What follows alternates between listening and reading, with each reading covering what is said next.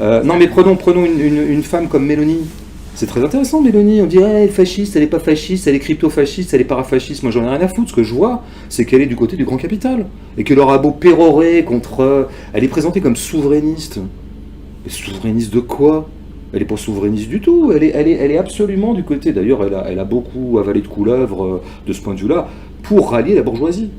Pour que la bourgeoisie ne soit pas inquiète. Elle est même revenue sur l'avortement, sur des choses comme ça.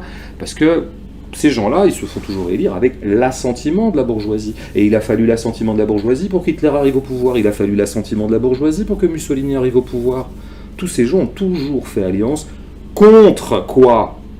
Contre les éléments véritablement subversifs d'une société qui sont les éléments socialistes, au sens 19e siècle du terme, c'est-à-dire communistes. Les seuls qui véritablement proposent autre chose, c'est-à-dire de sortir du régime de la propriété. C'est ça en fait.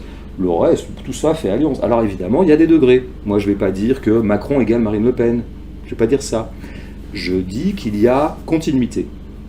Je dis qu'il y a alliance objective, et je dis qu'il n'y a surtout pas rupture entre les deux. Il n'y a pas identité. Je pense que par tempérament, par histoire, par plein de choses, Macron ne vient pas de la même bourgeoisie que Marine Le Pen, ils ne sont pas faits pareil. Il y aura quelques petites nuances de l'un à l'autre sur le thème identitaire, sur le thème national. Enfin, il y a continuité. Mais